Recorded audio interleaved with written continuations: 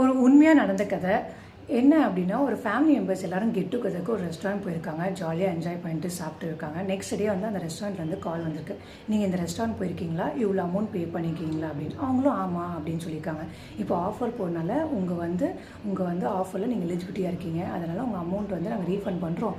இப்போ உங்களுக்கு ஒரு ஓடிபி வரும், அந்த ஓடிபி நம்பர் சொல்லுங்கள், உங்கள் அக்கௌண்ட்டில் வந்து ரீஃபண்ட் பண்ணிடுறோம் அப்படின்னு. உடனே அவங்க ஓடிபி நம்பர் சொல்லியிருக்காங்க. அக்கௌண்ட்டில் காசு எடுத்துகிட்டு இருக்காங்க.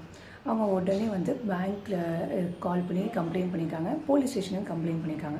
ஒரு 1 வீக் அப்புறம் பேங்க்லேருந்து கால் பண்ணி, இப்போ இந்த மாதிரி நீங்கள் வந்து ஒரு கம்ப்ளைண்ட் ரைஸ் பண்ணிக்கிங்க, அதை நாங்கள் ரெக்டிஃபை பண்ணிட்டோம். ஸோ இப்போ வந்து உங்களுக்கு ஒரு ஓடிபி வரும், அந்த ஓடிபி சொல்லுங்கள், உங்கள் அக்கௌண்ட்டில் இருக்க எடுத்த காசு எல்லாமே இப்போ உங்கள் ரீஃபண்ட் பண்ணிடுவோம்.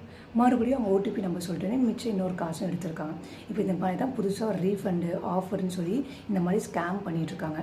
ஃபர்ஸ்ட் நீங்கள் வந்து நம்ம பேரண்ட்ஸ்க்கு எஜுகேட் பண்ணோம். ஏன்னா நம்ம எல்லா பேரண்ட்ஸ்க்கும் ஆண்ட்ராய்ட் ஃபோனும் வாங்கி கொடுத்துரும். ரீஃபண்டு ஆஃபர்னு சொன்னாவே ஓடிபி வந்து அவங்க சொல்லிடுறாங்க. ஏன்னா நம்ம கொஞ்சம் அவேர்னஸில் இருப்போம், பேரண்ட்ஸ்க்கு அந்த அவேர்னஸ் இருக்க மாட்டேங்குது.